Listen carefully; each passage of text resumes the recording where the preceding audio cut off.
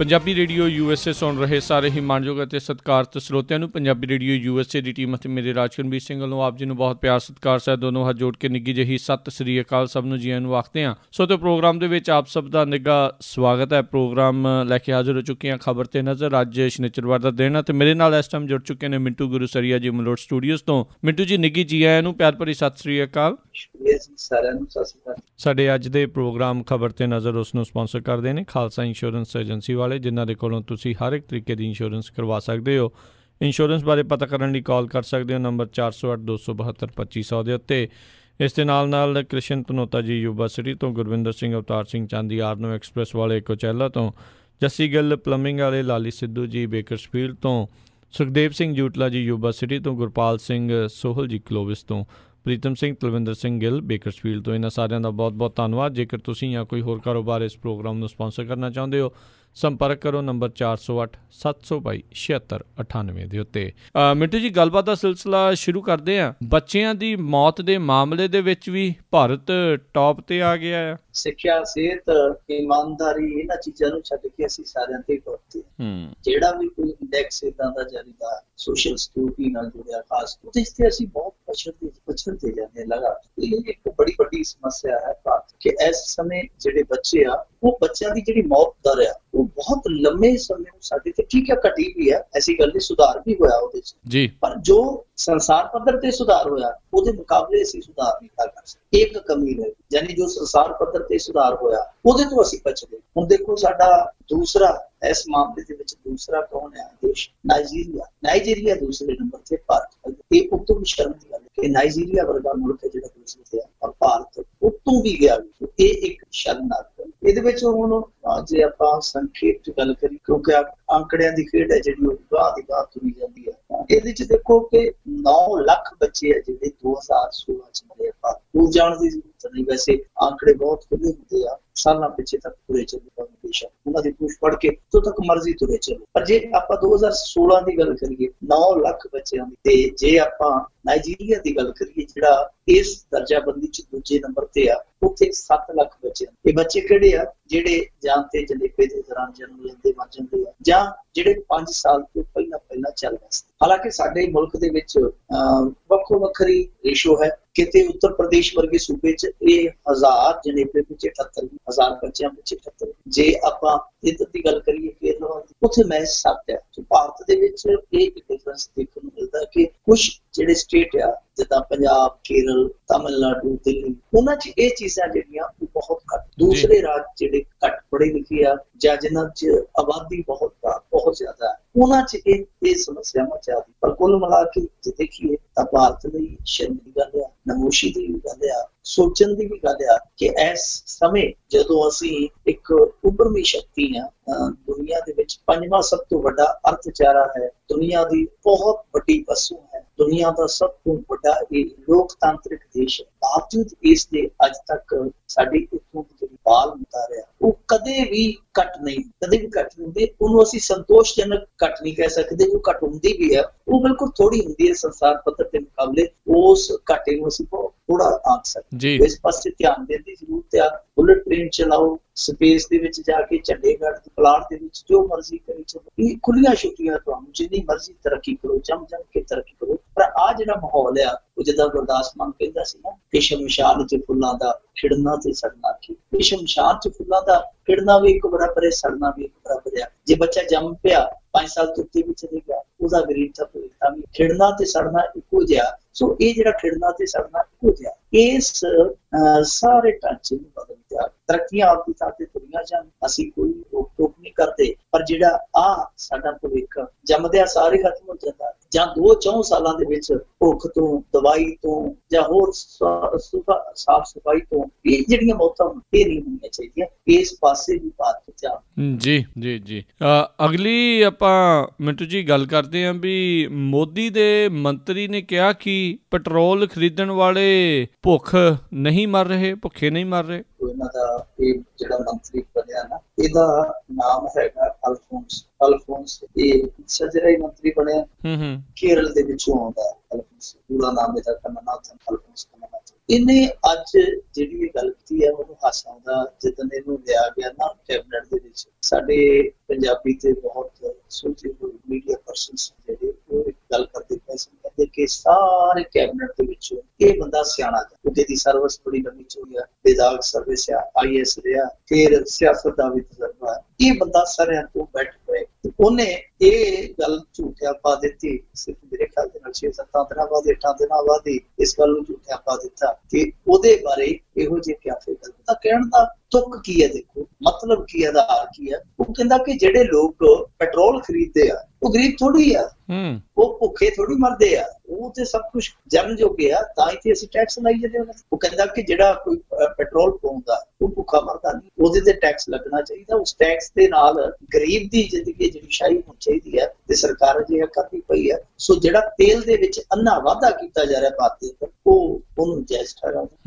ਹੁਣ ਦੇਖੋ ਜੇ ਬੇਸਿਕ ਜੀ ਅਸੀਂ ਗੱਲ ਕਰੀਏ ਤੇ ਕੀ ਇਹ ਲੋਕ ਚਾਹੁੰਦੇ ਆ ਕਿ ਗਰੀਬ ਉਹੀ ਗਰੀਬ ਆ ਜਿਹੜਾ ਢਿੱਡੋਂ ਵੀ ਭੁੱਖਾ ਹੋਵੇ, ਢਿੱਡੋਂ ਵੀ ਨੰਗਾ ਹੋਵੇ, ਤੇ ਜਿਹੜਾ ਸੜਕਾਂ ਤੇ ਤੁਰਿਆ ਹੋਵੇ ਤੇ ਪੈਰਾਂ 'ਚ ਚੱਪਲ ਹੋਵੇ, ਕਿ ਉਹਨੂੰ ਗਰੀਬ ਮੰਨਣ? ਜੇ ਮੰਨ ਲਓ ਇੱਕ ਮਜ਼ਦੂਰ ਰਾਜ ਕਰਨਵੀਰ ਸਿੰਘ ਜੀ ਆਪਣੀ ਸਾਰੀ ਛੱਲੀ ਪੂਰੀ ਜੋੜ ਕੇ ਇੱਕ ਛੋਟਾ ਜਿਹਾ ਮੋਟਰਸਾਈਕਲ ਲੈ ਲੈਂਦਾ 15-20 ਹਜ਼ਾਰ ਦਾ, ਜਾਂ ਕਿਸ਼ਤਾਂ ਤੇ ਲੈ ਲੈਂਦਾ ਜੀ, ਅੱਜ ਕੱਲ ਜਿੱਦਾਂ ਲੈਂਦੇ ਫਾਈਨੈਂਸ ਕਰਾਉਂਦੇ, ਜਿੱਦਾਂ ਤੁਹਾਡੇ ਮੁਲਕਾਂ 'ਚ ਕਰਾਈ ਜੀ, ਤਾਂ ਫਾਈਨੈਂਸ ਕਰਾ ਕੇ ਕੋਈ ਲੈ ਲੈਂਦਾ ਕਿਸ਼ਤਾਂ, ਕੀ ਤੁਸੀਂ ਉਹਨੂੰ ਸ਼ਾਹੀ ਬੰਦਾ ਗਿਣੋਗੇ? ਕਿਤੇ ਗਰੀਬ ਹੈ ਹੀ ਨਹੀਂ। ਮਜ਼ਦੂਰ ਵੀ ਜਿਹੜਾ ਪਿੰਡੋਂ ਸ਼ਹਿਰ ਦੇ ਵਿੱਚ ਰੋਜ਼ਾਨਾ ਮਜ਼ਦੂਰੀ ਕਰਨ ਜਾਂਦਾ, ਉਹਨੂੰ ਵੀ ਇੱਕ ਮੋਟਰਸਾਈਕਲ ਲੈਣਾ ਪੈਂਦਾ, ਕਿਉਂਕਿ ਤੜਕੇ ਨਿਕਲਣਾ, ਰਾਤ ਨੂੰ ਵਾਪਸ ਜੀ। ਤਾਂ ਕੀ ਇਹ ਪੈਮਾਨਾ ਤੁਹਾਡਾ ਉਹ ਅੱਜ ਵੀ ਉਹੀ ਹੈ 1950 ਵਾਲਾ, 1960 ਵਾਲਾ? ਤੇ ਜੀ ਜਿਹਦੇ ਕੋਲ ਸਾਈਕਲ ਹੈ, ਮੋਟਰਸਾਈਕਲ ਹੈ, ਉਹ ਤੇ ਗਰੀਬ ਹੋ ਹੀ ਨਹੀਂ ਸਕਦਾ। ਕਿਉਂ ਨਹੀਂ ਹੋ ਸਕਦਾ? ਜੇ ਉਹ ਕਿਸ਼ਤਾਂ ਤੇ ਮੋਟਰਸਾਈਕਲ ਲੈ ਲੈਂਦਾ, ਨਾਲ ਉਹਦੀ ਉਹ ਵਿਆਜ ਭਰਦਾ, ਪਰ ਤੁਸੀਂ ਉਹਨੂੰ ਕਹਿੰਦੇ ਹੋ ਕਿ ਨਹੀਂ ਜੀ ਜਿਹੜਾ ਪੈਟਰੋਲ ਖਰੀਦਦਾ ਉਹ ਤੇ ਗਰੀਬ ਹੋ ਹੀ ਨਹੀਂ ਸਕਦਾ। ਇਹ ਕਿੱਥੋਂ ਦਾ ਥਰਮਾਮੀਟਰ, ਕਿੱਥੋਂ ਦਾ ਪੈਰਾਮੀਟਰ, ਕਿੱਥੋਂ ਦਾ ਪੈਮਾਨਾ ਜੀ?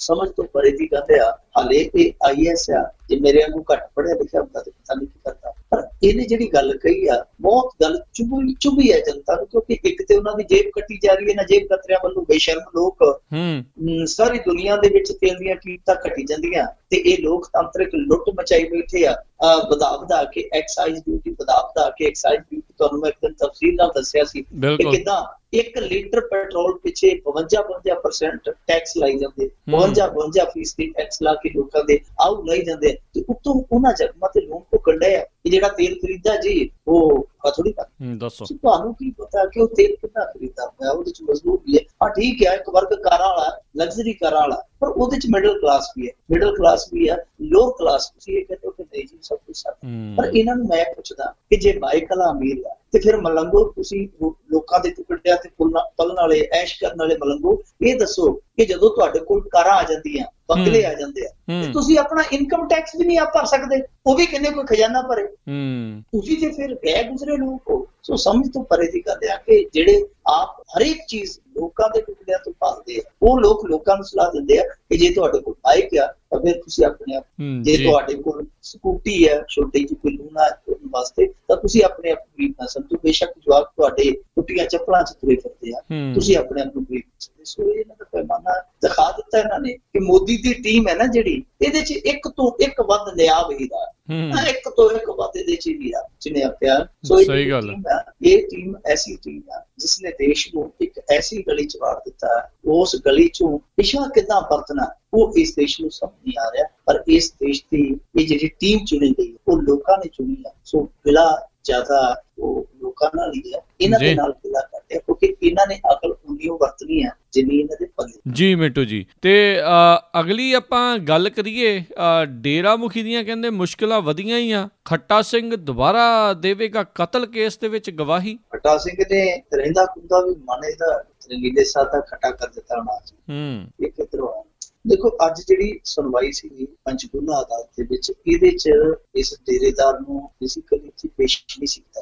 ਇਹਦੀ ਜਿਹੜੀ ਪੇਸ਼ੀ ਹੋਣੀ ਸੀਗੀ ਉਹ ਹੋਣੀ ਸੀਗੀ ਟੈਲੀਕਾਨਫਰੰਸਿੰਗ ਜ਼ਰੀਏ, ਜਿੱਦਾਂ ਕਰਦੇ ਵੀਡੀਓ ਕਾਨਫਰੰਸਿੰਗ, ਉਸ ਜ਼ਰੀਏ ਕੀਤੀ। ਅੱਜ ਇਸ ਕੇਸ ਦੇ ਵਿੱਚ ਇੱਕ ਮੋੜ ਇਹ ਆਇਆ ਕਿ ਜਿਹੜਾ ਖੱਟਾ ਸਿੰਘ ਇਹਦਾ ਸਾਬਕਾ ਡਰਾਈਵਰ ਸੀ, ਉਹਨੇ ਅਚਾਨਕ ਅਦਾਲਤ ਦੇ ਵਿੱਚ ਹਾਜ਼ਰ ਹੋ ਕੇ ਕਿਹਾ ਕਿ ਮੈਂ ਇਸ ਮਾਮਲੇ 'ਚ ਦੁਬਾਰਾ ਗਵਾਹੀ ਦਊਂ। ਅਦਾਲਤ ਨੇ ਆਖਿਆ ਕਿ ਠੀਕ ਆ, ਅਸੀਂ ਇਹਦੇ ਤੇ ਵਿਚਾਰ ਕਰਾਂਗੇ। ਹੁਣ 22 ਤਰੀਕ ਪਾ ਦਿੱਤੀ ਗਈ ਹੈ 36 ਵਿੱਚ। ਔਰ ਕਮਾਲ ਦੀ ਗੱਲ ਹੈ ਕਿ ਇਹਦੇ ਨਾਲ ਇੱਕ ਕੇਸ ਅੱਜ ਹੋਰ ਵੀ ਸੁਣਿਆ ਗਿਆ, ਉਹਦੀ ਹਾਲੇ ਚਰਚਾ ਘੱਟ ਸੀ ਕਿਉਂਕਿ ਛਤਰਪਤੀ ਦਾ ਕੇਸ ਜ਼ਿਆਦਾ, ਜਿਹੜਾ ਰਣਜੀਤ ਸਿੰਘ ਮਰਡਰ ਕੇਸ ਆ ਉਹ ਵੀ ਨਾਲ ਸੁਣਿਆ। ਪਰ ਇਹਦੇ 'ਚ ਇਹ ਆ ਕਿ ਛਤਰਪਤੀ ਵਾਲੇ ਕੇਸ ਦੀ ਸੁਣਵਾਈ ਉਹਨਾਂ ਨੇ ਪਾਤੀ 22 ਸਤੰਬਰ ਦੀ, ਪਰ ਜਿਹੜਾ ਰਣਜੀਤ ਸਿੰਘ ਮਰਡਰ ਕੇਸ ਆ ਉਹਨੂੰ ਚਲਾ ਦਿੱਤਾ ਇਹਨਾਂ ਨੇ ਸੋਮਵਾਰ ਤੋਂ ਰੈਗੂਲਰ ਹੀਅਰਿੰਗ। ਮਤਲਬ ਕਿ ਸੋਮਵਾਰ ਤੋਂ ਸ਼ਾਇਦ ਹੋ ਸਕਦਾ ਕਿ ਗਾਂ ਉਹ ਰੋਜ਼ਮਰਾ ਦੀ ਸੁਣਵਾਈ। ਇਹਦਾ ਮਤਲਬ ਆ ਕਿ ਇੱਥੇ ਆ ਕੇ ਦੋਨੇ ਕੇਸ ਅੱਡ ਹੋ, ਸੁਣਵਾਈ ਅੱਡ ਹੋ। ਤਾਂ ਮੈਨੂੰ ਲੱਗਦਾ ਕਿ ਇਹ ਇੱਕ ਦੋਹਰਾ ਨਹੀਂ, ਤੀਰਾ ਚੌਰਾ ਝਟਕਾ ਹੈ ਇਸ ਦੇ, ਕਿਉਂਕਿ ਦੋ ਕੇਸ ਅੱਡ ਹੋਣ ਦਾ ਮਤਲਬ ਆ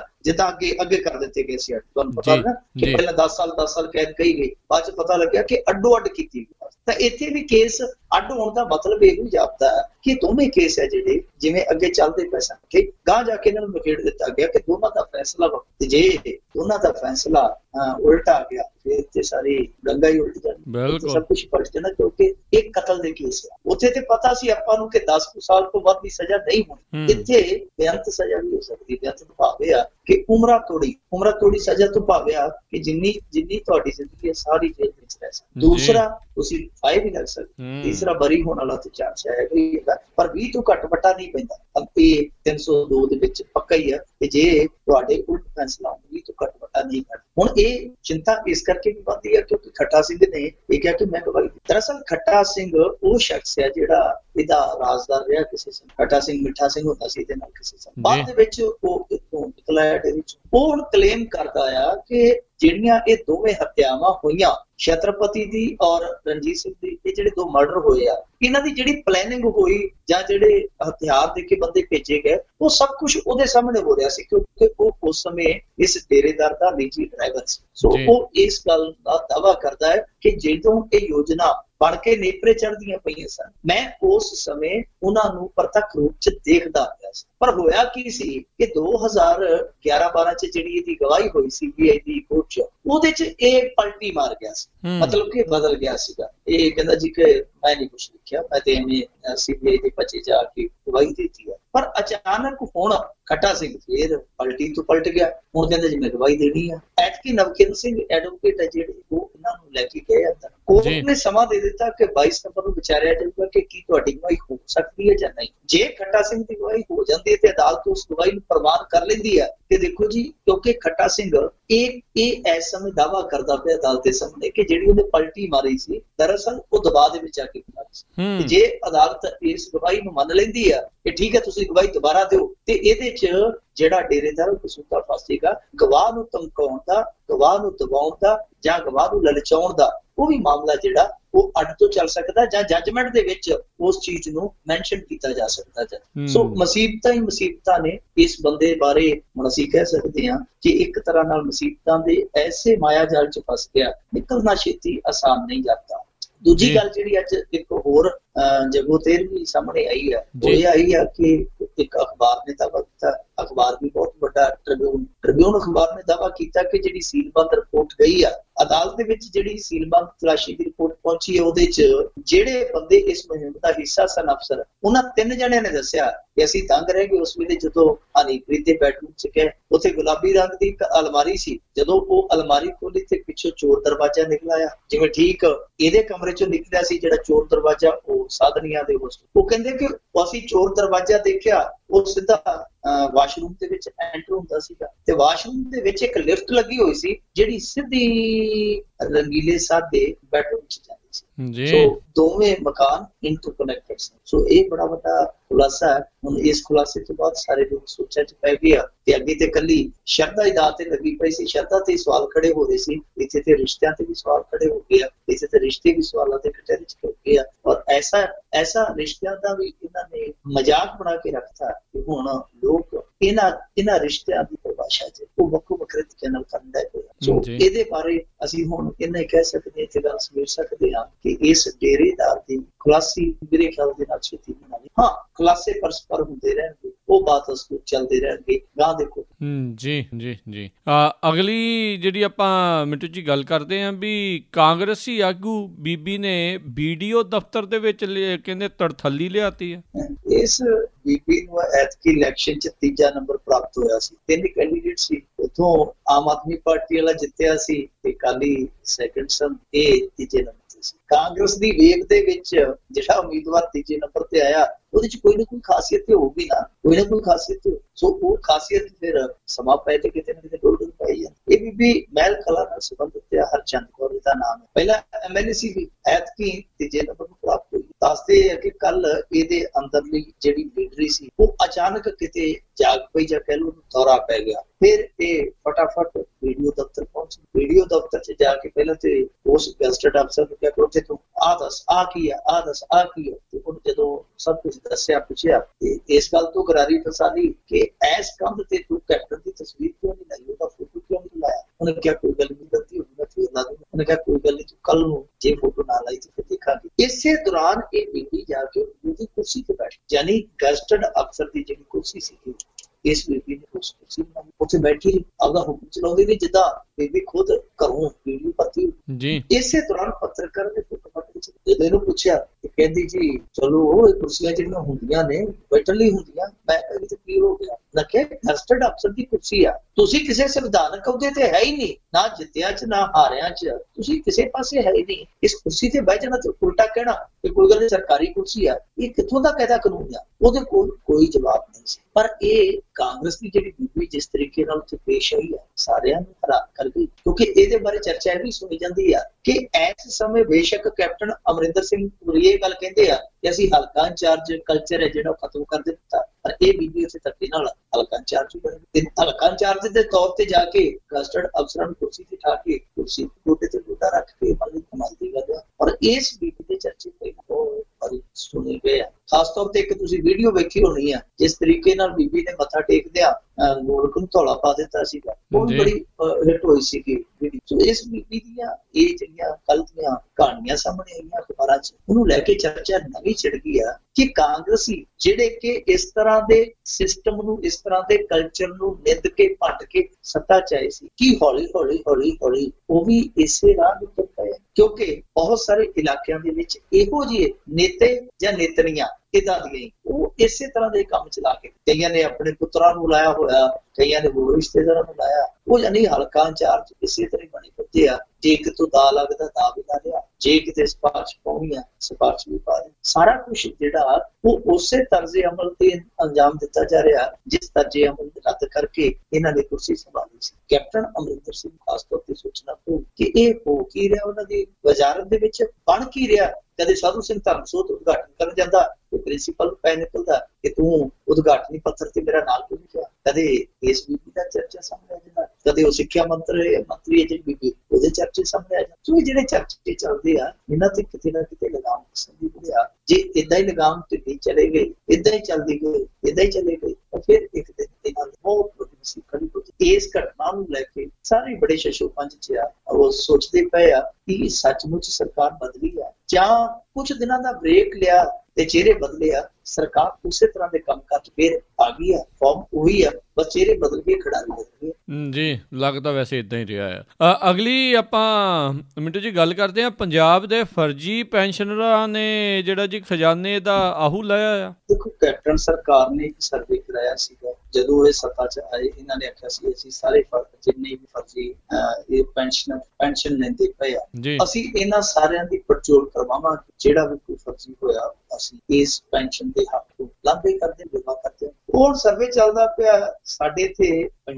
ਪੰਜਾਬ ਦੇ ਵਿੱਚ ਮੇਰੇ ਖਿਆਲ ਦੇ ਨਾਲ 19,87,000 ਪੈਨਸ਼ਨਰ, ਉਹਨਾਂ ਦੇ ਵਿੱਚੋਂ ਲਗਭਗ ਲਾ ਲਓ ਤੁਸੀਂ 82-83% ਦੀ ਵੈਰੀਫਿਕੇਸ਼ਨ ਹੋ ਗਈ, ਜਿਹਦੇ ਚੋਂ ਦੱਸਦੇ ਆ ਕਿ ਹੁਣ ਤੱਕ ਲਗਭਗ 1 ਲੱਖ ਦੇ ਕਰੀਬ ਫਰਜ਼ੀ ਪੈਨਸ਼ਨਰ ਹੈ। ਕੋਈ ਗਿਣਤੀ 85,000 ਵੀ ਦੱਸੀ ਜਾਂਦਾ, ਕੋਈ 90 ਦੱਸੀ ਜਾਂਦਾ, ਪਰ ਇੱਕ ਅੰਦਾਜ਼ਾ ਹੈ ਕਿ ਲੱਖ ਇੱਕ ਪੈਨਸ਼ਨਰ ਹੈ ਜਿਹੜਾ ਉਹ ਫਰਜ਼ੀ ਤੌਰ ਤੇ ਸਾਹਮਣੇ ਆ ਚੁੱਕਾ ਹੈ। ਦੂਜੀ ਗੱਲ ਇਹ ਆ ਕਿ ਜਿਹੜੇ ਜ਼ਿਲ੍ਹੇ ਇਸ ਫਰਜ਼ੀਵਾੜੇ 'ਚ ਸਭ ਤੋਂ ਜ਼ਿਆਦਾ ਅੱਗੇ ਆ ਉਹਨਾਂ ਦੇ ਵਿੱਚ ਬਾਦਲਾਂ ਦੇ ਇੱਕ ਤੇ ਮਾਨਸਾ ਜ਼ਿਲ੍ਹਾ ਜਿਹੜਾ ਕਿ ਬਠਿੰਡਾ ਅਸੈਂਬਲੀ ਦਾ ਹਿੱਸਾ, ਲੋਕ ਸਭਾ ਹਲਕਾ ਜਿਹੜਾ ਉਸ ਹਲਕੇ ਦੇ ਵਿੱਚ ਬਹੁਤ ਵੱਡੀ ਤਾਦਾਦ ਦੇ ਵਿੱਚ ਜਾਲੀ ਪੈਨਸ਼ਨਰ ਸਨ। ਉਸ ਤੋਂ ਬਾਅਦ ਝੰਡੀ ਛੋਟਾ ਜਿਹਾ ਜ਼ਿਲ੍ਹਾ ਮੁਕਤਸਰ ਹੈ ਪਰ ਪ੍ਰਾਪਤੀ ਉਹਦੀ ਵੀ ਬਹੁਤ ਵੱਡੀ ਹੈ। ਉੱਥੇ ਵੀ ਘੱਟੋ ਘੱਟ 8-9% ਹਿਸਾਬ ਲਾ ਲਓ ਕਿ ਇੱਕ ਛੋਟੇ ਜਿਹੇ ਜ਼ਿਲ੍ਹੇ ਚੋਂ ਜਿੰਨੇ ਕੁੱਲ ਪੈਨਸ਼ਨਰ ਹੈ ਉਹਦੇ ਚੋਂ 8-10% ਹੈ ਜਿਹੜੇ ਉਹ ਫਰਜ਼ੀ ਨਿਕਲੇ। ਅੰਦਾਜ਼ਾ ਇਹ ਲਾਇਆ ਜਾ ਰਿਹਾ ਕਿ ਲੈਂਦੇ ਪੈਸੇ ਇਹਦੇ ਵਿੱਚ ਇਹਨਾਂ ਨੇ ਹੁਣ ਤੱਕ 2016 ਦੇ ਅੰਦਰ 50 ਕਰੋੜ ਰੁਪਏ ਦੇ ਬਚੇ। ਤੇ ਜੇ ਆਪਾਂ ਮੋਟਾ ਜਿਹਾ ਅੰਦਾਜ਼ਾ ਲਾਈਏ ਕਿ ਪਿਛਲੇ 10 ਸਾਲਾਂ 'ਚ ਇਹ ਕਿੰਨੀ ਕੁ ਪੈਨਸ਼ਨ ਲੈ ਗਏ ਤੇ ਸਹਿਜੇ ਹੀ ਅਸੀਂ ਅੰਦਾਜ਼ਾ ਲਾ ਸਕਦੇ ਹਾਂ ਕਿ 200 ਤੋਂ 300 ਕਰੋੜ ਰੁਪਏ ਦੀ ਪੈਨਸ਼ਨ ਉਸ ਪੈਨਸ਼ਨਰ ਇਸ ਕਾਰਜਕਾਲ ਦੇ ਦੌਰਾਨ ਲਗੇ, ਜੋ ਕਿ ਫਕਰੇ ਕੌਮ ਸਰਕਾਰ ਕਿਸਾਨਾਂ ਦੇ ਵੀ ਕਿਸਾਨਾਂ ਦੇ ਮਸੀਹ ਪ੍ਰਕਾਸ਼ ਸਿੰਘ ਬਾਦਲ ਹੋ ਰਹੇ ਸੀ। ਸੋ 200-300 ਕਰੋੜ ਦਾ ਇਹ ਜਿਹੜਾ ਵਾਧਾ ਪਿਆ ਸਰਕਾਰੀ ਖਜ਼ਾਨੇ, ਇਹਦੀ ਭਰਪਾਈ ਕੌਣ ਕਰੇ? ਠੀਕ ਆ, ਤੁਸੀਂ ਛਾਂਟ ਲਏ, ਚੰਗਾ ਕੰਮ ਕੀਤਾ ਕੈਪਟਨ ਸਰਕਾਰ ਨੇ ਕਿ ਛਾਂਟ ਲਏ। ਯੋਗ ਕੌਣ ਆ, ਅਯੋਗ ਕੌਣ ਹੈ, ਉਹ ਪਾਸੇ ਕਰ ਦਿੱਤੇ, ਪੈਨਸ਼ਨ ਉਹਨਾਂ ਦੀ ਕੱਟ ਦਿੱਤੀ। ਪਰ ਜਿਹੜੇ ਬੰਦਿਆਂ ਨੇ ਲਵਾਈਆਂ ਪੈਨਸ਼ਨਾਂ ਔਰ ਲੱਗੀਆਂ ਕਿੱਦਾਂ, ਬੰਦੇ ਵੇਖ ਲੈ ਕਿ ਇਹਨਾਂ ਦੀਆਂ ਵੋਟਾਂ 7 ਆ। ਸੱਤਾ ਜੋ ਕਹਿੰਦਾ ਕਿ ਭਾਵੇਂ ਉਹ 40-40 ਸਾਲ ਦੀ 45-45 ਸਾਲ ਦੇ ਕਿ ਫਾਰਮ ਭਰ ਦਿਓ, ਜੇ ਕਿਸੇ ਦੀਆਂ 4 ਵੋਟਾਂ ਉਹਨਾਂ ਚ ਕਹਿੰਦਾ ਇੱਕ ਬੰਦੇ ਦਾ ਫਾਰਮ ਭਰ। ਇਸ ਤਰ੍ਹਾਂ ਪੈਨਸ਼ਨਾਂ ਲਈਆਂ ਗਈਆਂ, ਕੋਈ ਉਮਰ ਦਾ ਤਕਾਜ਼ਾ ਨਹੀਂ, ਕੋਈ ਵੈਰੀਫਿਕੇਸ਼ਨ। ਉੱਤੇ ਬੈਠੇ ਜਿਹੜੇ ਅਫਸਰ ਸੀ ਉਹ ਵੀ ਘੁੱਗੀਆਂ ਮਾਰਦੇ ਨੇ, ਕਹਿੰਦੇ ਅਸੀਂ ਕੀ ਲੈਣਾ, ਸਾਡੇ ਕਿਹੜਾ ਘਰੋਂ ਜਾਣੀਆਂ, ਜਿਵੇਂ ਸਾਹਿਬ ਹੋਣੀ ਕਹਿੰਦੇ ਆ ਉੱਥੇ ਘੁੱਗੀਆਂ ਵੱਜਦੀਆਂ ਰਹਿਣ। ਉਹ ਘੁੱਗੀਆਂ ਵੱਜਦੀਆਂ ਗਈਆਂ ਤੇ ਅੱਜ ਵੇਖ ਲਓ ਕਿ ਘੁੱਗੂ ਵੱਜਿਆ ਪਿਆ। ਇਹ 200 ਤੋਂ 300 ਕਰੋੜ ਦਾ ਜਿਹੜਾ ਮਰ ਗਿਆ, ਨੁਕਸਾਨਿਆ ਗਿਆ। ਔਰ ਨੁਕਸਾਨਿਆ ਕਾਹਦੇ ਕਰਕੇ ਗਿਆ? ਕਿਉਂਕਿ ਸਰਕਾਰੀ ਮਸ਼ੀਨਰੀ ਹੋ ਗਈ, ਨਾ ਉਹਨੇ ਫਰਜ਼ ਨਿਭਾਇਆ, ਨਾ ਜਿਹੜੇ ਸਾਡੇ ਸਰਪੰਚ ਸੀ ਨਾ ਉਹਨਾਂ ਨੇ ਕਰਤੱਵ ਦੀ ਪਾਲਣਾ ਕੀਤੀ, ਨਾ ਹੀ ਜਿਹੜੀ ਸਰਕਾਰ ਕੋਲ ਨਾ ਉਹਨਾਂ ਨੇ ਰੁਕਿਆ, ਕਿਉਂਕਿ ਵੋਟ ਦਾ ਮਸਲਾ ਸੀ। ਸੋ ਸਭ ਤੋਂ ਵੱਡਾ ਬੁਨਿਆਦੀ ਸਵਾਲ ਇਹ ਆ ਕਿ ਜਿਹੜੇ ਬੰਦੇ ਇਸ ਤਰ੍ਹਾਂ ਬੋਕਸ ਪੈਨਸ਼ਨ ਲੈ ਕੇ ਜਾਂ ਜਿਨ੍ਹਾਂ ਨੇ ਉਹ ਲਵਾਈਆਂ ਤੇ ਜਾਂ ਜਿਹੜੇ ਵੰਡਦੇ ਰਹੇ ਉਹਨਾਂ ਤੇ ਕਾਰਵਾਈ। 200 ਤੋਂ 300 ਕਰੋੜ ਦਾ ਨੁਕਸਾਨ ਹੋਇਆ, ਉਹਨੂੰ ਤੁਸੀਂ ਭਰਾਓਗੇ ਕਿੱਥੋਂ? ਭਰੋਗੇ ਕਿੱਥੋਂ? ਕੀ ਇਹ ਸਿਲਸਿਲਾ ਇਸੇ ਤਰ੍ਹਾਂ ਚੱਲਦਾ ਰਹੂਗਾ? ਇੱਕ ਸਰਕਾਰ ਜਾਂਦੀ ਹੈ, ਦੂਸਰੀ ਕੱਢ ਕੇ ਸਾਨੂੰ ਦਿਖਾ ਦਿੰਦੀ ਹੈ ਕਿ ਦੇਖੋ ਜੀ ਪਿਛਲੀ ਸਰਕਾਰ ਆ ਕਰ ਗਈ, ਤੇ ਜਦੋਂ ਉਹ ਜਾਂਦੀ ਹੈ ਤੇ ਦੂਜੀ ਆਉਂਦੀ ਹੈ, ਉਹ ਕਹਿੰਦੀ ਹੈ ਜੀ ਅਸੀਂ ਤੇ ਉਦੋਂ ਇੰਨਾ ਕੁ ਕਰਕੇ ਗਏ ਸੀ, ਅੱਜ ਇਹਨੂੰ ਤੁਸੀਂ ਸਾਡੇ ਤੋਂ ਬਾਅਦ ਚੁਣਿਆ, ਉਹ ਨਾ ਇੰਨਾ ਕਰ ਲਿਆ ਉਹਨੇ, ਹੁਣ ਕੀ ਕਹੋਗੇ? ਸੋ ਜਨਤਾ ਇਸੇ ਜੋਗੀ ਰਹਿ ਗਈ। ਸੋ ਤੁਸੀਂ ਨੁਕਸਾਨ ਭਰਾਓ, ਜਿਸ ਬੰਦੇ ਨੇ ਇੰਨਾ ਨੁਕਸਾਨ ਕੀਤਾ ਉਸ ਬੰਦੇ ਤੇ ਲੀਗਲ ਕਾਰਵਾਈ ਤੇ ਹੋਣੀ ਚਾਹੀਦੀ ਹੈ। ਜੋ ਇਹ ਮਾਲੀਆ ਨੁਕਸਾਨਿਆ ਗਿਆ ਉਸ ਮਾਲੀਏ ਦੀ ਵੀ ਭਰਪਾਈ ਹੋਣੀ ਚਾਹੀਦੀ। ਜੀ ਬਿਲਕੁਲ ਮਿੰਟੂ ਜੀ। ਅਗਲੀ ਗੱਲ ਕਰੀਏ ਵੀ ਗਿੱਦੜਬਾਹਾ ਦੇ ਮਸ਼ਹੂਰ ਆਗੂ ਸੰਤ ਸਿੰਘ ਬਰਾੜ ਦੇ ਪੁੱਤਰ ਖਿਲਾਫ ਠੱਗੀ ਦਾ ਇੱਕ ਹੋਰ ਕੇਸ ਦਰਜ। ਇਹਨਾਂ ਤੇ ਵੀ ਰੰਗੀਲੇ ਸਾਧ ਆਗੂ ਆ ਜਿਹੜੇ 8-10 ਦਿਨ ਚੱਲੇ ਬੜੇ ਭਾਰੇ ਨਿਕਲੇ ਆ। ਪਿਛਲੇ ਹਫ਼ਤੇ ਵੀ ਇੱਕ ਕੇਸ ਇਹਨਾਂ ਤੇ ਦਰਜ ਹੋ ਗਿਆ। ਉਹ ਕੇਸ ਸੀਗਾ ਕਿ ਇਹਨਾਂ ਨੇ 2 ਵੱਡੇ ਵਪਾਰੀਆਂ ਨੂੰ ਲਾਲਚ ਦਿੱਤਾ ਕਿ ਤੁਹਾਨੂੰ ਰਾਜਸਥਾਨ ਚ ਤੇ ਪੰਜਾਬ ਚ ਸ਼ਰਾਬ ਦੇ ਠੇਕੇ ਦਵਾ ਦਿੰਦੇ ਆ, ਤੇ ਤੁਹਾਨੂੰ ਪਤਾ ਕਾਰੋਬਾਰੀਆਂ ਨੂੰ ਤੇ ਕਾਰੋਬਾਰ ਦਾ ਲਾਲਚ ਹੁੰਦਾ ਕਿ ਕਿਸੇ ਤਰੀਕੇ ਨਾਲ ਵੱਧ ਜਾਵੇ। ਉਹਨਾਂ ਨੇ ਫਟਾਫਟ ਇਹਨਾਂ ਨੂੰ ਕਰੋੜਾਂ ਰੁਪਈਆ ਦੇ ਦਿੱਤੇ, ਉਹਦੇ ਚੋਂ ਕੁਛ ਰੁਪਈਆ ਇਹਨਾਂ ਨੇ ਮੋੜਿਆ, ਕੁਛ ਚੈੱਕ ਦਿੱਤੇ ਬਾਅਦ ਦੇ ਵਿੱਚ ਹੋ ਗਏ ਬਾਉਂਸ। ਜਿਹੜੇ ਪੈਸੇ ਰਹਿ ਗਏ ਇਹਨਾਂ ਨੇ ਮੋੜੇ ਨਹੀਂ, ਉਹਨਾਂ ਨੇ ਚੱਕ ਕੇ ਫੀਸ ਕਰ ਦਿੱਤੀ। ਉਹ ਵੀ ਮੇਰੇ ਖਿਆਲ ਦੇ ਨਾਲ 1.5 ਕਰੋੜ ਰੁਪਈਏ ਦਾ ਕੇਸ ਇਹਨਾਂ ਤੇ ਦਰਜ ਹੋਇਆ ਪਿਛਲੇ ਹਫ਼ਤੇ। ਹੁਣ ਅੱਜ ਇਹ ਖਬਰ ਆ ਗਈ ਆ ਕਿ ਇਹਨਾਂ ਨੇ ਇੱਕ 29 ਲੱਖ ਰੁਪਈਆ ਜਿਹੜਾ ਮਾਨਸਾ ਜ਼ਿਲ੍ਹੇ ਚੋਂ ਸ਼ਾਇਦ ਲਿਆ ਸੀ, ਤਲਵੰਡੀ ਸਾਬੋ ਇਲਾਕੇ ਚੋਂ। ਤਲਵੰਡੀ ਸਾਬੋ ਇਲਾਕੇ ਚੋਂ ਇਹਨਾਂ ਨੇ 29 ਲੱਖ ਰੁਪਈਆ ਇਹ ਕਹਿ ਕੇ ਲਿਆ ਸੀਗਾ ਕਿ ਨੌਜਵਾਨਾਂ ਆਪ ਦਿਨ ਥਾਣੇਦਾਰ ਭਰਤੀ ਕਰਾ ਦਿੰਦੇ, ਕਿਉਂਕਿ ਉਸ ਸਮੇਂ ਕਾਲੀ ਸੀਗੇ, ਕਹਿੰਦੇ ਇਹ ਕਿ ਸਾਡੀ ਸੁਖਬੀਰ ਸਿੰਘ ਬਾਦਲ ਚੰਗੀ ਕੁਛ ਨਹੀਂ ਆ ਤੇ ਤੈਨੂੰ ਘਰੋਂ ਹੀ ਤਾਰਾ ਮੋਢੇ ਤੇ ਲਵਾ ਕੇ ਨੌਕਰੀ ਤੇ ਚੜ੍ਹ ਦਿਆਂਗੇ। ਉਹ ਨੌਜਵਾਨ ਹੁੰਦਾ ਪਿਆ ਕਹਿੰਦਾ ਕਿ ਕਾਲੀਆਂ ਤੋਂ ਬਾਅਦ ਇਹ ਆਮ ਆਦਮੀ ਪਾਰਟੀ ਵੀ ਚਲੇਗੀ, ਪਰ ਮੇਰੀ ਤੇ ਥਾਣੇਦਾਰੀ ਜਿਹੜੀ ਉਹ ਉੱਥੇ ਜਿੱਥੇ ਨੇ, ਮੈਂ ਤੇ ਨਾ ਉਤਰਦਾ ਮੇਰੇ ਪੈਸੇ ਵਾਪਸ ਕਰਾਏ ਜਾਣ। ਸੋ ਬਠਿੰਡਾ ਪੁਲਿਸ ਨੇ ਇਹਨਾਂ ਦੇ ਖਿਲਾਫ ਸੰਤ ਸਿੰਘ ਬਰਾੜ ਔਰ ਉਹਦੇ ਮੁੰਡੇ ਕੁਲਜੀਤ ਸਿੰਘ ਦੇ ਖਿਲਾਫ, ਉਹਨਾਂ ਦੇ ਖਿਲਾਫ 29 ਲੱਖ ਦੀ ਠੱਗੀ ਦਾ ਮਾਮਲਾ ਔਰ ਇਹ 18-10 ਦਿਨਾਂ ਦੇ 2 ਕੇਸ ਲਿਆ। ਸੰਤ ਸਿੰਘ ਬਰਾੜ ਉਹਦਾ ਇਸ ਇਲਾਕੇ 'ਚ ਬੜਾ ਸਨਮਾਨ ਵਾਲਾ ਬੰਦਾ ਸੀ ਔਰ ਇਹਦੀ ਪੱਕੀ ਵੋਟ ਸੀ। ਗਿੱਦੜਬਾਹਾ ਵਰਗੇ ਹਲਕੇ 'ਚ ਆਜ਼ਾਦ ਖੜ ਕੇ ਵੀ 25-30 ਹਜ਼ਾਰ ਵੋਟ ਲੈ ਜਾਂਦਾ ਸੀ। ਸੋ ਇੰਨਾ ਪ੍ਰਭਾਵ ਸੀਗਾ। ਪਰ ਅੱਜ ਜਿਹੜੇ ਠੱਗੀ ਦੇ ਕੇਸ ਦਰਜ ਹੋਏ ਆ, ਇਹਨਾਂ ਨੇ ਨਾ ਸਿਰਫ ਸਿਆਸੀ ਕੈਰੀਅਰ ਨੂੰ ਬੁਰਾ ਪਾ ਦਿੱਤਾ, ਬਲਕਿ ਜਿਹੜਾ ਇਹਨਾਂ ਦਾ ਰੁਤਬਾ ਸੀ ਇਸ ਇਲਾਕੇ ਦੇ ਵਿੱਚ ਉਸ ਨੂੰ ਵੀ ਬੜੀ ਹਾਨੀ ਪਹੁੰਚਾਈ ਆ। ਹੁਣ ਕੁਝ ਲੋਕ ਤੇ ਕਹਿੰਦੇ, ਇਹਨਾਂ ਦੇ ਸਮਰਥਕ ਤੇ ਕਹਿੰਦੇ ਆ ਕਿ ਜੀ ਇਹ ਰਾਜਨੀਤੀ ਹੋ ਰਹੀ ਹੈ, ਰਾਜਨੀਤੀ ਪ੍ਰੇਰਿਤ ਕੰਮ ਹੋ ਰਹੇ ਆ। ਪਰ ਜਿਹੜੇ ਲੋਕ ਪੀੜਤ ਉਹ ਕਹਿੰਦੇ ਕਿ ਸਾਨੂੰ ਪੁੱਛੋ, ਜਿੱਥੇ ਸਾਨੂੰ ਇਹਨਾਂ ਨੇ ਡੰਗ ਮਾਰਿਆ, ਪਾਣੀ ਨਹੀਂ ਮੰਗਣ ਦਿੱਤਾ, ਸਭ ਉਹ ਆਪਦਾ ਰੌਲਾ ਰੁੰਦੇ ਆ। ਸਮਰਥਕ ਹੈ ਜਿਹੜੇ ਉਹ ਆਪਦਾ ਰੌਲਾ ਪਾਈ ਜਾਂਦੇ ਆ। ਪਰ ਇਸ ਦਰਮਿਆਨ ਜੇ ਕੋਈ ਨਹੀਂ ਬੋਲਦਾ, ਬਿਲਕੁਲ ਮੋਦੀ ਬਣਿਆ ਖਲੋਤਾ, ਉਹ ਆਮ ਆਦਮੀ ਪਾਰਟੀ ਆਮ ਆਦਮੀ ਪਾਰਟੀ ਵਾਲੇ ਇਸ ਗੱਲ ਦਾ ਜਵਾਬ ਹੀ ਨਹੀਂ ਦੇ ਰਹੇ ਕਿ ਤੁਹਾਨੂੰ ਕੀ ਲੋੜ ਪਈ ਸੀ ਇਹੋ ਜਿਹੀ ਵਿਵਾਦਾਂ ਦੀ ਪੰਡ ਕਿਸੇ ਦੇ ਸਿਰ ਤੋਂ ਲਾ ਕੇ ਆਪਣੇ ਸਿਰ ਤੇ ਜੀ। ਇਹ ਤਾਂ ਇਹਨਾਂ ਲੈ ਕੇ ਆਏ ਸੀ ਵਿਦੜਵਾ ਚ। ਇਹਨਾਂ ਨੂੰ ਲੱਗਦਾ ਸੀ ਕਿ ਸੰਤ ਸਿੰਘ ਬਰਾੜ ਆ ਗਿਆ, ਉਹਦੀ ਸੰਤਗਿਰੀ ਹੈ ਜਿਹੜੀ ਉਹ ਸ਼ਾਇਦ ਸਾਡਾ ਬੇੜਾ ਪਾਰ ਕਰ ਦੂ। ਬੇੜਾ ਪਾਰ ਕਰਦੀ ਤਾਂ ਤੇ ਬੇੜਾ ਤੇ ਸਗੋਂ ਡੁੱਬ ਗਿਆ, ਰੁੜ ਗਿਆ। ਹੁਣ ਉਲਟਾ ਲੋਕ ਸਵਾਲ ਕਰਦੇ ਪਏ ਆ ਕਿ ਤੁਸੀਂ ਤੇ ਬੇਦਾਗ ਲੋਕ ਸੀ, ਤੇ ਆ ਜਿਹੜੇ ਦਾਗਾਂ ਦੇ ਤੁਸੀਂ ਢੇਰ ਆਪਣੇ ਵੱਲ ਮੁੰਤਕੀ ਕਰ ਲਏ, ਇਹ ਕਾਹਤੋਂ ਕੀਤੇ? ਸ਼ੌਕ ਸੀ ਜਾਂ ਮਜਬੂਰੀ ਸੀ? ਔਰ ਸੰਤ ਸਿੰਘ ਬਰਾੜ ਨੂੰ ਆਮ ਆਦਮੀ ਪਾਰਟੀ ਚ ਸ਼ਾਮਿਲ ਕਰਵਾਇਆ ਸੀ ਸੰਜੇ ਸਿੰਘ। ਹੁਣ ਸੰਜੇ ਸਿੰਘ ਤੇ ਦਿੱਲੀ ਜਿਹਾ ਜਿਹੜੇ ਇੱਥੋਂ ਵਾਲੇ ਆ ਉਹ ਚਾਹੇ ਬੋਲਣ। ਸੰਤ ਸਿੰਘ ਬਰਾੜ ਨੇ ਜਿਹੜੀ ਖੱਟੀ ਸੀਗੀ ਆਪਣੇ ਸਾਰੇ ਸਿਆਸੀ ਜੀਵਨ ਚ, ਉਹ ਪਤਾ ਨਹੀਂ ਹੁਣ ਇਹ ਰਾਜਨੀਤੀ ਤੋਂ ਪ੍ਰੇਰਿਤ ਆ, ਇਹਨਾਂ ਦੇ ਕਹਿਣ ਤੇ ਆ ਜਾਂ ਇਹਨਾਂ ਦੇ ਸਮਰਥਕਾਂ ਦੇ ਕਹਿਣ ਤੇ ਆ, ਤੇ ਜਾਂ ਸੱਚੀਓ ਪੀੜਤਾਂ ਦਾ ਇਹ ਦਰਦ ਹੈ, ਪੀੜਤਾਂ ਦੀ ਇਹ ਗੁਹਾਰ ਹੈ ਜਿਹੜੀ ਰੰਗ ਲਿਆ। ਪਰ ਇੰਨਾ ਜ਼ਰੂਰ ਹੈ ਕਿ ਸੰਤ ਬਰਾੜ ਦਾ ਜਿਹੜਾ ਫੈਸਲਾ ਉਹ ਇਹਨਾਂ ਦੋ ਕੇਸਾਂ ਬਿਲਕੁਲ ਇੱਕ ਤਰ੍ਹਾਂ ਕਰੀਏ ਇਸ ਵੇਲੇ ਤੋਂ ਮਰੀਆ ਮਿੰਟ। ਜੀ ਤੇ ਮਿੰਟੂ ਜੀ, ਜਾਂਦੇ ਜਾਂਦੇ ਆਪਾਂ ਗੱਲ ਕਰ ਲਈਏ ਵੀ ਕਲਯੁਗੀ ਪੁੱਤਰ ਨੇ ਬਜ਼ੁਰਗ ਮਾਂ ਦੇ ਨਾਲ ਮੂੰਹ ਕਾਲਾ ਕੀਤਾ। ਖਾਣਾ ਘੁੰਮਣ ਦੀ ਘਟਨਾ ਹੈ, ਉੱਥੇ ਇੱਕ ਬਜ਼ੁਰਗ ਔਰਤ ਰਹਿੰਦੀ ਸੀ, ਪਤੀ ਉਹਦਾ ਚੱਲ ਵਸਿਆ, ਕਦੇ ਧੀਆਂ ਕੋਲ ਵੀ ਚਲੇ ਜਾਂਦੀ ਸੀ, 2-4 ਦਿਨ ਉੱਥੇ ਲਾ ਲਏ, 2-4 ਦਿਨ ਤੇ ਆਪਣੇ ਮੁੰਡਾ ਨਾਲ ਰਹਿੰਦਾ ਸੀਗਾ। ਕਮਾਲ ਦੀ ਗੱਲ ਹੈ ਕਿ ਇਸ ਬਜ਼ੁਰਗ ਔਰਤ ਦੀ ਜਿਹੜੀ ਉਮਰ ਹੈ 70 ਸਾਲ ਦੇ ਲੱਗ ਜੀ, ਉਹਨੇ ਹੁਣ ਜੋ ਪੁਲਿਸ ਕੋਲ ਸ਼ਿਕਾਇਤ ਦਰਜ ਕਰਵਾਈ ਹੈ, ਹੈਰਾਨ ਨਹੀਂ ਕਰਦੀ ਸਾਨੂੰ ਕਲੰਕ। ਉਹਨੇ ਜਾ ਕੇ ਪੁਲਿਸ ਕੋਲ ਰਿਪੋਰਟ ਦਰਜ ਕਰਾਈ ਆਪਣੇ ਸਕੇ ਦੇ ਖਿਲਾਫ ਕਿ ਇੱਕ ਦਿਨ ਰਾਤ ਇਸ ਬੰਦੇ ਨੇ ਹਬਸ ਦੇ ਵਿੱਚ ਆਇਆ, ਮੇਰੇ ਨਾਲ ਜਬਰ ਜਨਾਹ ਕੀਤਾ, ਮੇਰੇ ਨਾਲ ਪਰਚਾ ਦਰਜ ਹੋ ਗਿਆ। ਪਰ ਪੰਜਾਬ ਨੂੰ ਪਤਾ ਨਹੀਂ ਆ ਸਾਡੇ 1 ਸਾਲ ਦੇ ਵਿੱਚ ਆ ਚੌਥਾ ਮਾਮਲਾ ਜਦੋਂ ਮਾਵਾਂ ਜਿਨ੍ਹਾਂ ਨੇ ਢਿੱਡੋਂ ਪੁੱਤ ਜੰਮਿਆ ਉਹਨਾਂ ਦੇ ਖਿਲਾਫ ਮਾਮਲੇ ਦਰਜ ਕਰਵਾਏ ਕਿ ਸਾਡੇ ਨਾਲ ਇਹਨਾਂ ਨੇ ਕੋਈ ਕਰ ਦਿੱਤਾ, ਸਾਡੇ ਨਾਲ ਕੀ ਖਾਤੀ। ਇੱਕ ਘਟਨਾ ਵਾਪਰੀ ਸੀ ਘੱਗਾ ਜਿਹੜਾ ਪਟਿਆਲੇ ਜ਼ਿਲ੍ਹੇ ਵਿੱਚ, ਉੱਥੋਂ ਜੇਲ੍ਹ ਦੇ ਵਿੱਚੋਂ ਜ਼ਮਾਨਤ ਕਰਵਾ ਕੇ ਮਾਂ ਲਿਆਈ ਹੈ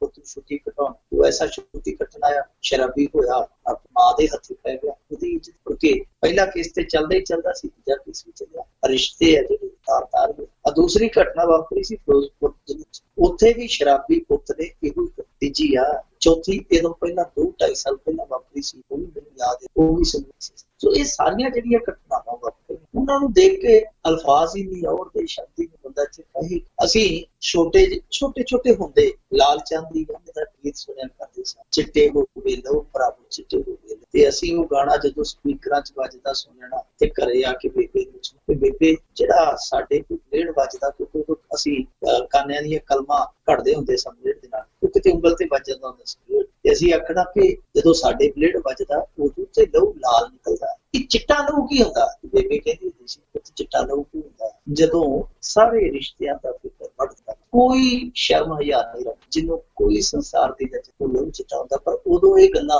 ਸਾਡੀ ਸਮਝ ਨਹੀਂ ਸੀ ਕਿ ਲੋਕ ਚ ਏਦਾਂ ਹੋ ਜਾਂਦਾ, ਅਵਸਥਾ ਏਦਾਂ ਹੁੰਦਾ। ਹੁਣ ਸਾਨੂੰ ਪਤਾ ਲੱਗਦਾ ਪਿਆ ਕਿ ਅਸਲ ਦੇ ਵਿੱਚ ਚਿੱਟਾ ਲਹੂ ਜੀ। ਤੇ ਮਿੰਟੂ ਜੀ, ਅੱਜ ਦੇ ਪ੍ਰੋਗਰਾਮ ਦੀ ਇੱਥੇ ਹੀ ਆਪਾਂ ਸਮਾਪਤੀ ਕਰਦੇ ਹਾਂ। ਤੁਹਾਡੇ ਨਾਲ ਫਿਰ ਗੱਲਬਾਤ ਹੋਵੇਗੀ ਅਗਲੇ ਬੁਲੇਟਿਨ ਦੇ ਵਿੱਚ। ਉਦੋਂ ਤੱਕ ਲਈ ਬਹੁਤ ਪਿਆਰ ਸਤਿਕਾਰ ਸਹਿ ਨਿੱਘੀ ਜਿਹੀ ਸਤਿ ਸ੍ਰੀ ਅਕਾਲ। ਤੇ ਸਰੋਤਿਓ, ਇੱਥੇ ਹੀ ਸਾਡਾ ਅੱਜ ਦਾ ਇਹ ਪ੍ਰੋਗਰਾਮ ਸਮਾਪਤ ਹੈ। ਮਿਲਾਂਗੇ ਅਗਲੇ ਬੁਲੇਟਿਨ ਦੇ ਵਿੱਚ। ਉਦੋਂ ਤੱਕ ਲਈ ਤੁਹਾਨੂੰ ਸਾਰਿਆਂ ਨੂੰ ਬਹੁਤ ਪਿਆਰ ਸਤਿਕਾਰ ਸਹਿ ਦੋਨੋਂ ਅੱਜ ਜੋੜ ਕੇ ਨਿੱਘੀ ਜਿਹੀ ਸਤਿ ਸ੍ਰੀ ਅਕਾਲ। ਜਿੰਨੇ ਵਾਸਤੇ ਰਹੋ, ਹੱਸਦੇ ਖੇਲਦੇ ਰਹੋ, ਸੁਣਦੇ ਰਹੋ ਪੰਜਾਬੀ ਰੇਡੀਓ USA।